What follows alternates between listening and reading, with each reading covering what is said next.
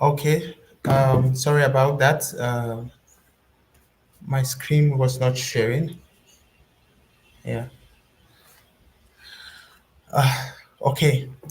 I'll have to go back a few slides back to what social media is. We all know what social media is. It's a web-based application that promotes creation and exchange of user-generated content. These are platform where people share um, things about their lives and share their creativity online and so on. And Facebook, Instagram, Twitter, YouTube are all platforms that are being used. There's so many of social media right now, all trying to grab our attention. And also, this same social media, people tend to use them for different purposes. Some people use social media for family celebration, political campaigns, um, health support groups, prayer circles, support clubs, or having communities online where people feel the need to join. Um, in the same way, also social media has been able to tell about human behavior, and it has distributed that humans like looking at other people's life. They like talking to like-minded people, waiting at each other, sharing life's joy, interest, grief, spending time together, and like I said earlier on, watching each other's life. But also at the same time, social media has both its negative and its positive sides. I will be looking at the positive side of, and first thing first, it improves user mental health. um, we could say you feel sad, you go online, you watch a video, and you feel happy, or you see an inspiring video or a quote or a carousel online that inspires you. That's positive. Also, it provides an outlet for creativity. We tend to see people share their creativity online. They share their life experiences online. Also, it offers opportunities for professional networking. That means people from all walks of life could connect with each other who are professional in their fields, and from their relationship starts. And also, it creates an opportunity for educational content being shared, where people being you go online and you get educated, but also at the same time, it opens uh, a door where people can share uh, awareness on certain issues that are happening in our society. Same thing. Also, it also helps in building business opportunities and marketing channels for people. So the negative part of social media is also there. There are a lot going on the ground, and we might have had experienced direct experience or indirect experience.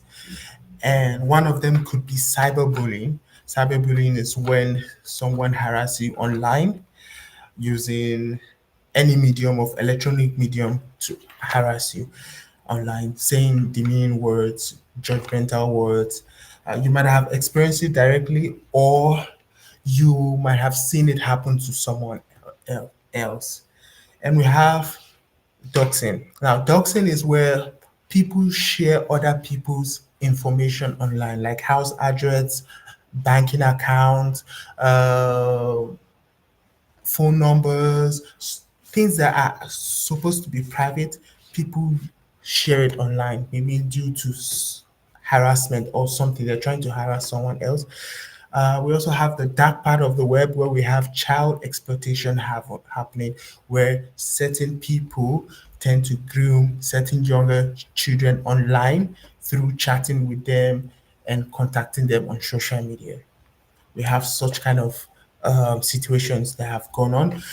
We have addiction. Now, social media addiction has not been officially said is a diagnosed as some like as an addiction, but people have gotten so used to social media, and it has been so addictive to their life and affected their lives, their relationship, and so many other their mental health too.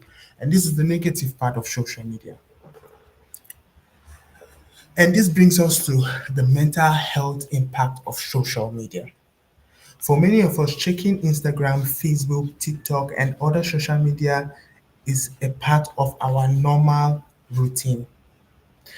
In 2023, there was an estimated of 4.9 billion social media users worldwide. The average person spends 145 minutes on social media every day. People spend so much time on social media every day. And we could see that it is beyond half of the world's population. People are spending. And when you spend time on something, uh, it tends to affect your life positive or negatively. And this could be in different ways. And I want to talk about how social media impacts us. And one of them is filters. Now, social media heavily focus on physical appearance. Many social media platforms such as Snapchat, Instagram, and TikTok provide users with the option to use filter on their image. So, for example, uh, you want to post a picture online, you take a picture. Some people might be having injuries on their faces or just a pimple or something on their faces, and they take a picture. You have the option to blur out such kind of imperfections in you. And certain people see those pictures and they feel like, oh, this person is so perfect and so beautiful and all that. And in in a way, those people now look at themselves. As human beings, we are flawed. We tend to look at other people and look at ourselves at the same time. And we now begin to compare ourselves and see such kind of things, and as part of us. We'll go to the next one, the fear of missing out. Young people don't want to miss out. Me too, I don't want to miss out. The use of social media increased the feeling of fear of missing out for many people. Even me till today, I have the thought like, oh, what's going on in the world? I want to know what's going on in the world. I don't want to miss out. So I go online and I check, oh, this you follow certain trends. And social media is often called a highlight reel, displaying the best part of users' life. However, having access to other highlight reels can increase our own feelings of dissatisfaction with our own day to day. This imperfection can trigger anxiety, depression, and make us want to use social media more. Also, fear of missing out can also compel us to constantly check social media so that we don't miss out. So when we constantly use social media, we get used to it and we know what's happening in the world. We don't want to miss out. So we are online always checking. Any notification that comes on, we click on it. Um, when we have free time, we just go on social media because we are afraid of missing out on what is going on. And also, how social media affects our brain is cyberbullying. In 2020, 44% of all internet users in the US say they had they have experienced harassment. Cyberbullying is when someone repeatedly and intentionally mistreat or make fun of another person by a way of an electronic device. By using your phone, using electric phone, laptop, iPad, and so on. And people have used this to hurt others people feeling, saying mean words, saying demonizing words, and judging other people and affected people so much. Now we're going to look at what neuroscience says and how social media affects our brain. And the first thing is it changes our attention span. Research has found that social media users' attentions are divided. They may not seem like a this may not seem like a big deal, but often come as an expense of our ability to sustain our attention and concentrate on a task. Because we are so used to short form of content online, we're used to scrolling, swiping, and all sort of things online and constant use of it. Our attention span is being shortened, and we are consuming a lot of information, a whole lot of information. So when we're consuming a whole lot of information, we don't our mind doesn't know where to keep it. It's just fast go, like just keep going and going and going and going. It's been found that heavy social media users tend to perform worse on cognitive tasks compared to moderate social media users. So those who are extremely addicted to social media, they can carry certain cognitive tasks. They can concentrate well because when they start doing something, their mind is on their phone and they can do without their phone. Another thing social media does, it changes our brain reward system. This is according to research. Research shows that each like or positive comments leads to the release of dopamine, a neurotransmitter and hormone primarily associated with pleasure in our brain. Dopamine is being released when we post online, people like, people comment. And I know all of us might be familiar with this. You let's say, for example, on WhatsApp, you post on your WhatsApp status, you always go check those people on your contact that might have seen your social media. And some people, like, now they have made it possible that people can like your status or your status on Facebook or on Instagram, or you make a post, picture of yourself and that on, and people just keep liking, oh, beautiful, and that. And the funny thing is this, that this dopamine that's been released is equal to someone the dopamine that's released with someone that has taken a drug, a cocaine or something. They are all related, the same dopamine. So your mind is now used to that. And when your mind is used to that, your mind will want more of that. So you could find people posting consistently online because somehow they're getting liked, commented, comments are coming in, and so on. You feel so happy. And one more thing, what it does to our brain, it change our memory. Social media even has the capacity to affect memory formation and our ability to recall information and experience. Now, social media, because we are bombarded by a whole lot of content going on, so many, everyone is posting. You're getting ads, you're getting notifications, you're getting your friend commenting, tagging you, a whole lot of this, and you go online and you see a whole lot of information, and sometimes you don't remember any of this information. You tend to forget whatever is on happening. Only if you can remember few, but you tend to just forget a whole lot of what you have seen on social media. And that is what social media can do to our brain. Now, um, now we're going to see you might need signs you might need a break from social media.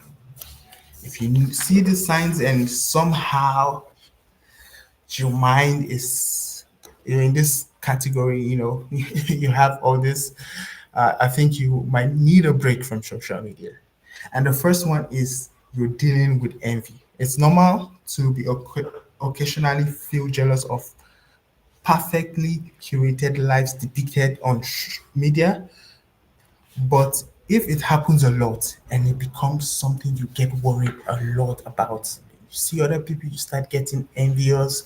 You start thinking like, oh, this person, is doing better. I like this, and like you getting like so much jealous.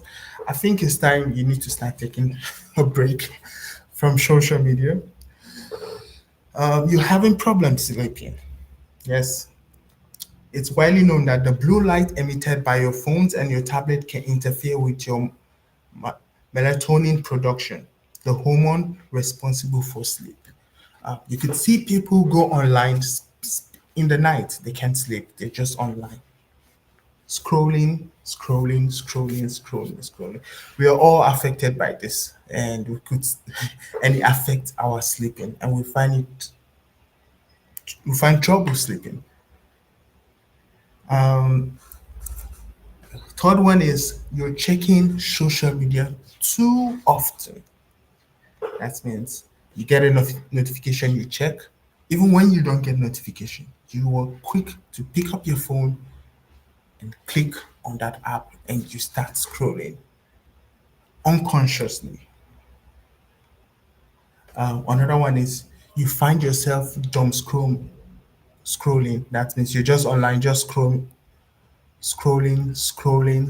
Your mind might not be there, but you're just scrolling continuously, continuously, and continuously without stopping. Another one is you have time management problems. Now, this time management problems it's when it begins to affect more of your work, things that you need to do, daily tasks that you need to carry out. But because any little thing, you go on social media and you start using social media, and before you know, the time you were supposed to use to carry out certain tasks, you have spent it all on social media, and it affects your work and also your relationship, people all around you. You might just go to your friend's house and you're scrolling and scrolling, all these things, it happens. You're not present in your day-to-day life. Yes, social media can make you not present in your day-to-day life because you're continually scrolling, checking, getting notifications, and it's so integrated into your life. There's trouble at work or at school. Trouble at work or at school is if your social media habits are starting to affect your productivity levels or academic. This is where you know that social media, you need a break from it. Another thing, you're neglecting your body. You could find other situations where people wake up in the morning, they go online, they keep scrolling, they miss lunch, they miss breakfast, lunch. All their life is all engraved into social media. And they don't think about themselves, they don't think about their body, they don't think about their health. Um, Another one is you're dealing with mood swings because you are constantly exposed to social media. You can have mood swings, irritations where you see someone happy and you feel jealous and it results to sadness. Also, the kind of things you're seeing online that can really affect your emotions. And the last is destroying your relationship. That's the relationship we have with your friends. It's common now to see uh, people seated together and five people seated together, and you see all of them scrolling through their phones and don't have communication with each other. It's so possible. And you could see it around us today. You could see friends, even families, you could see a family, you go to a family house and you could see the father online, the mother online, the kids are online, everyone is online. And this can affect relationships of people because people are no longer spending intimate moments with each other. People are no longer talking to each other. People rather be online and they see a funny content or something and they share it with their friends or with someone close by to them. Oh, I just sent you something, watch this, and the person watched it. And people are not having true relationship or true discussions that they need to be having as they're supposed to. And in that saying, why take a social media detox? Now, in solving this situation of social media for our mental health, we could, we have to find a way to take a break from social media. But in order to take this break, there's a reason why we need to. First thing first, it reduces stress. It reduces stress because we are bombarded by so many information online. We tend to feel overwhelmed. We tend to feel overwhelmed by this information. Just think about it.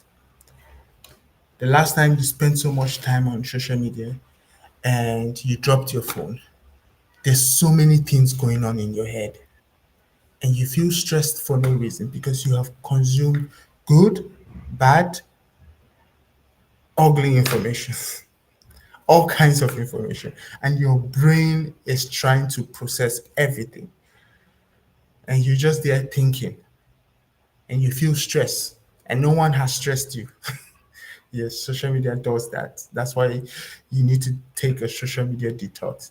Another reason is improved self-esteem because you have gone online, you've seen other people's life online, and you feel their life is perfect. You tend to mirror it back to yourself and say, "Oh, is my life perfect? Am I living right? Or is this? Oh, I need to do this. I need to do this." But if you take a while and a break from social media, you won't usually have that thought because most people compare their lives to others online.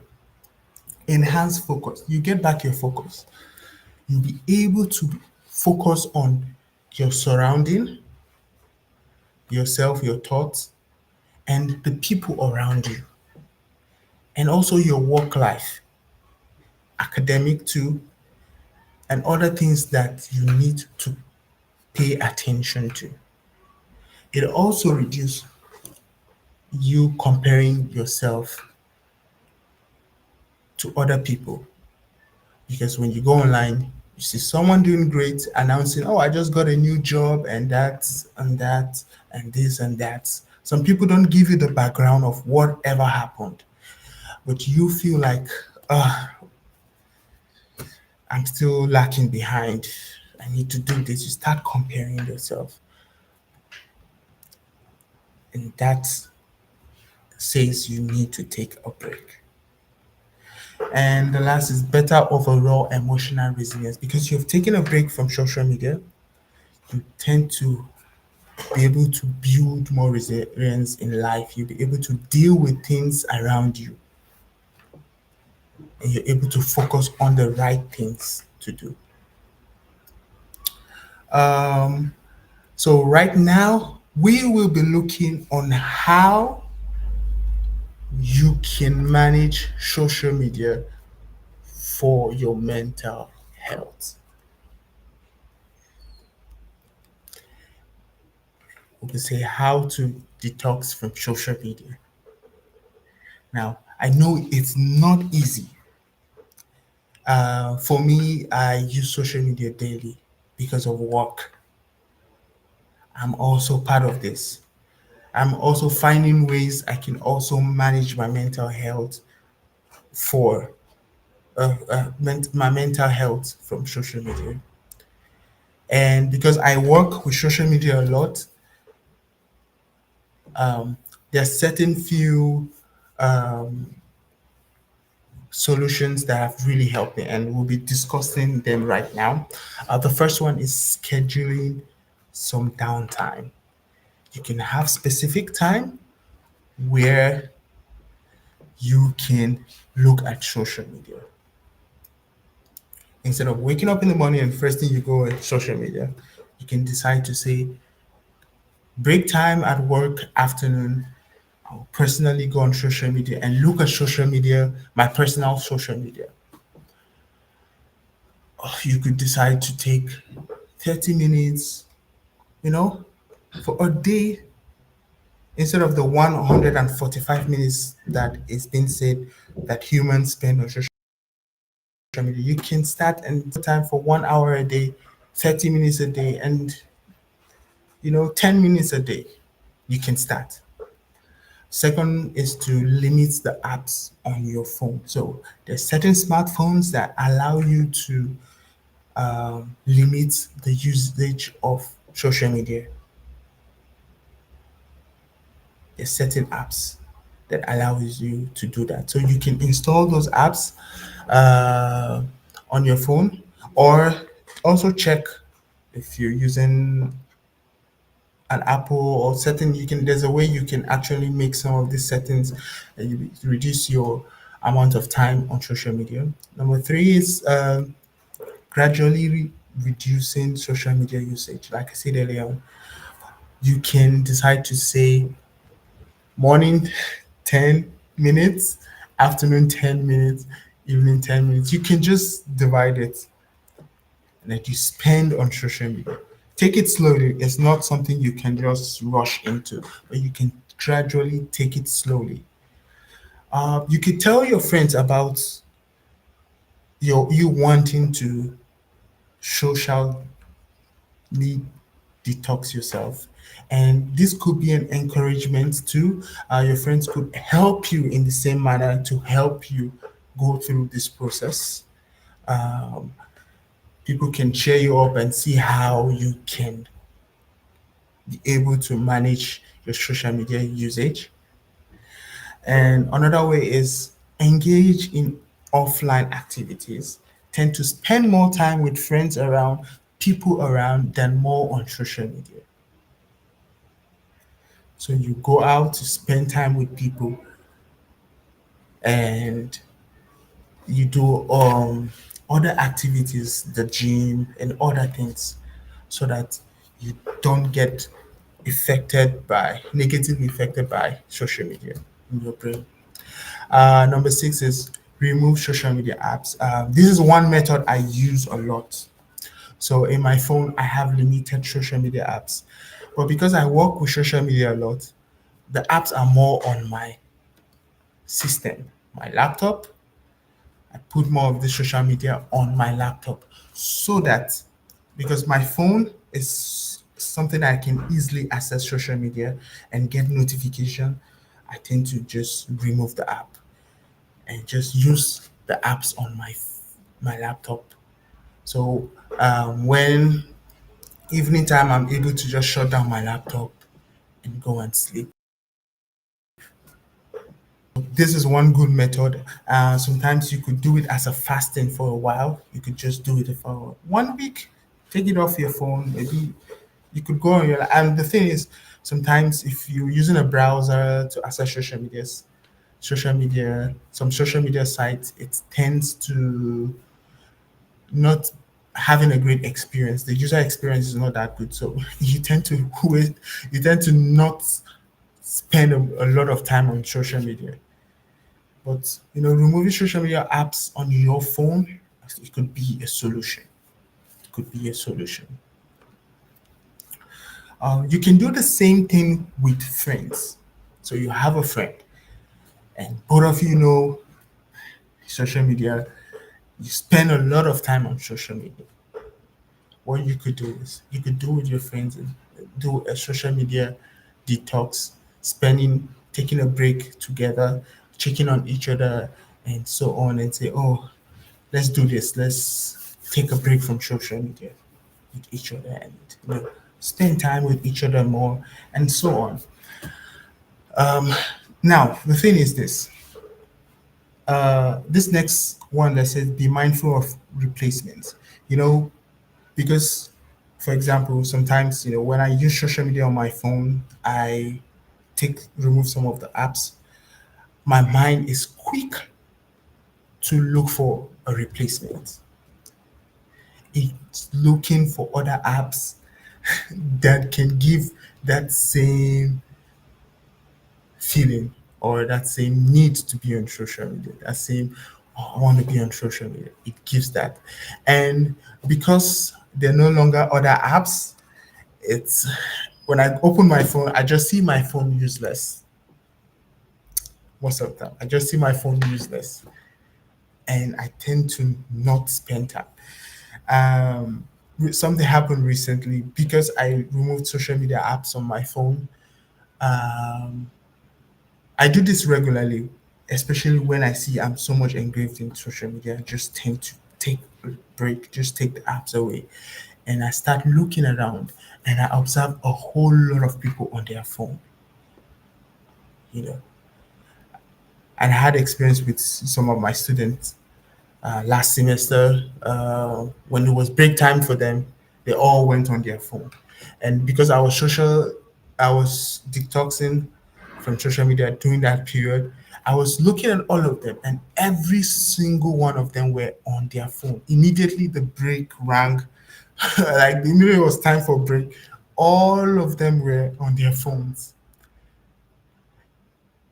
And from there, I was observing a whole, it made me observe my environment, basically.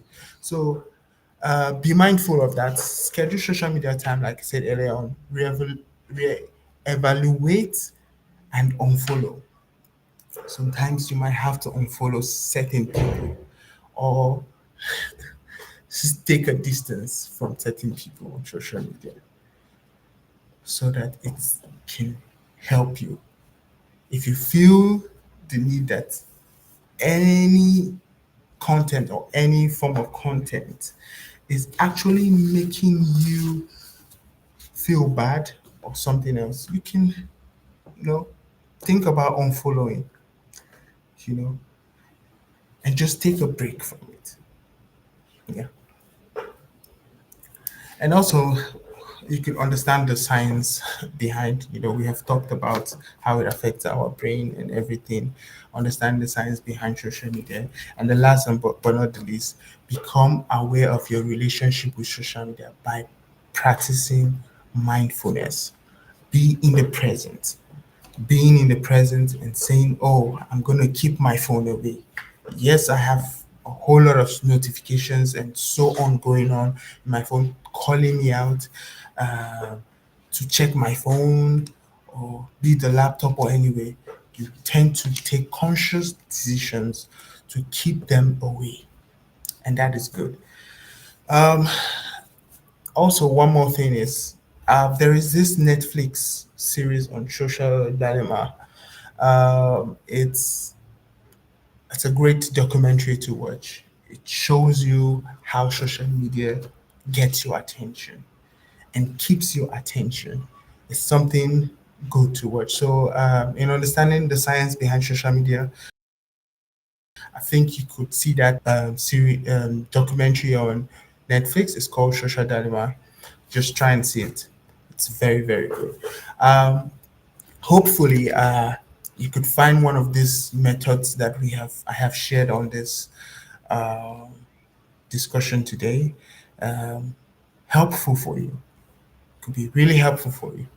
So that brings me to an end. I hope I'm to answer all your questions today. Thank you so much for this opportunity to share this short information with you. I hope we'll find ways to incorporate some of this method on helping our mental health in social media. And yeah, I'm open for questions right now. Yeah, thank you so much, all. I'm open for questions.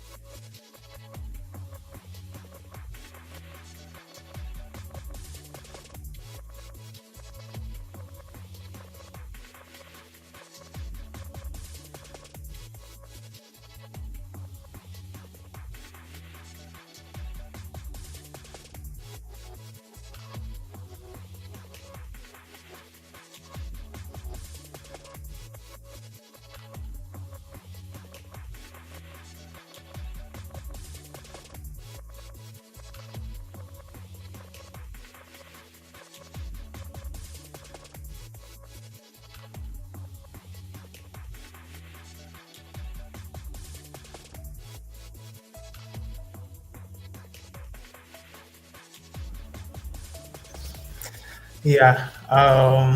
Yes. I can see your question. So for people who have online business, you could basically, if you're using your phone for that purpose, you're using your personal phone for your online business, you could practice mindfulness. Like I say, mindful, like intentionally taking your phone away for certain periods. You can intentionally do that. For sure, like me, I like I said earlier on, I work with social media a lot. I tend to have all the apps on my laptop than on my phone because my phone is something very personal. I keep close to me. So it's easy for me to my hands just open my phone and I start scrolling on social media. But when I'm on my laptop, sometimes the experience is not that good compared to your phone. It's not that personal. So you could use a different gadget if possible. But if you don't have a another gadget, what you can do is just try to practice mindfulness, taking time. Um, if you like, just keeping your phone away for some periods. For some periods, you could actually do that. For some periods, you keep your phone. And if you're using, for example, using your business account on online, maybe you could limit your followings, like certain people. You don't follow all a whole lot of people on with your business account. You can just follow a few people. So sometimes you get less posts of seeing other people's posts on your feed. Basically, you tend to see less people's posts on your feed. So you could try that. It's a good way to try that. But for your personal, if you're using for your phone, just try to practice mindfulness, and intentionally uh, practice that. I think that could really, really help. And the people you follow online is important too. So yeah,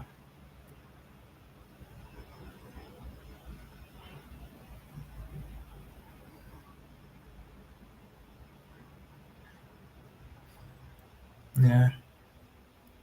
Thank you so much. Yeah.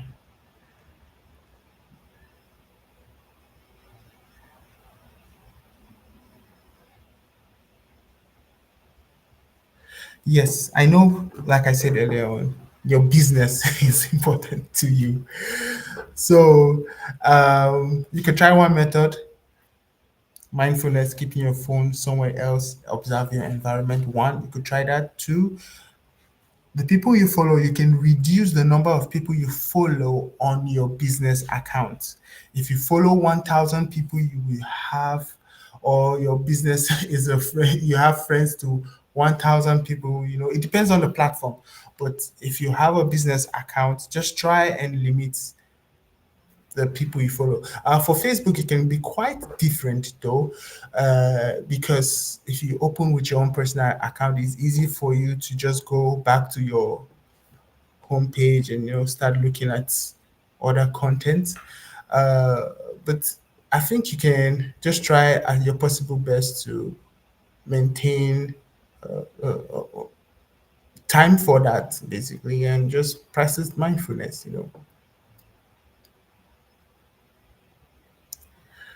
Okay, so for the apps, actually, there are uh, have certain apps, but you can use your phone. Nowadays, your phone can help with limiting, and the problem is sometimes, um, for example, sometimes this some of these apps actually require you to pay. Yes, they require to pay for it. So I can share some apps, but your phone settings, I wish I could show on my phone too. Uh, your phone settings, there are certain phone settings. If you use it, you can actually limit the amount of time you use.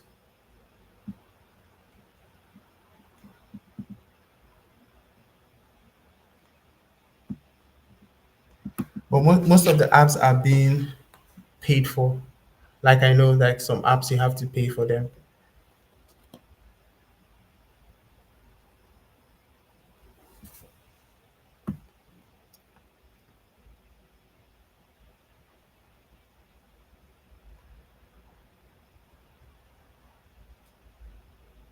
Yes, any more questions?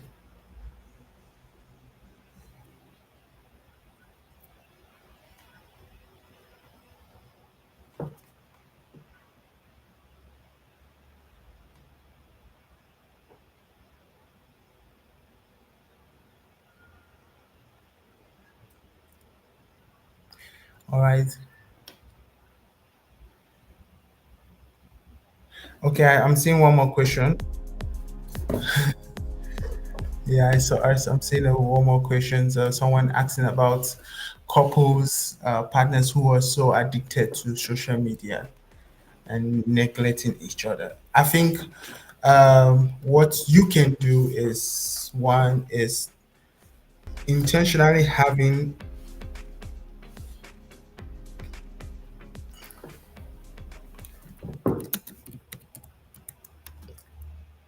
Hello. Yes. Okay, that question. Yes. How about couples uh, who are so addicted to social media? So, what you can do is uh, you can like you also have curfews at home where you have time that all of you needs to be at home. You can also have curfews for your phones, basically. Um, One way you can do is first you can turn off your notification. Yes, you can turn off a notification for certain apps on your phone. You turn off those notifications. Those that will really really help because uh, according to that documentary, if you watch it on social dilemma documentary, there's a way the AI works. If you don't check your phone for the next 30 minutes, it sends a notification. So there's social media networks, they're coming up with AI algorithms that allow you that always make you want to check your phone. So you could turn off your notification. That's one you could do. Two, you could make curfews. You could just say, okay, by 8 o'clock in the evening, no one should be with their phones. The phones should be in certain places. You can do that. And when you do that, your relationship continues to build up and you spend more time with each other. Uh, you can reduce it to 10, I mean to 9, it just depends on the coffee you put on it. Just agree within yourself. When you get home, no social media, just only us. Let's spend time together. I think that will help. With notification, just turn off your notification. I think that will help.